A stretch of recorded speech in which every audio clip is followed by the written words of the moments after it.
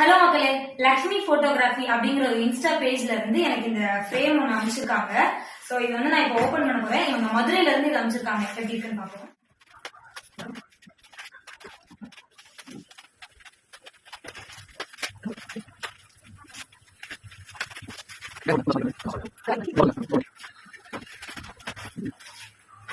மதுரையில இருந்து அனுப்பினால ரொம்ப சேஃபா தர்மாக்கோல்லாம் போட்டு எப்படி அமைச்சிருக்காங்க.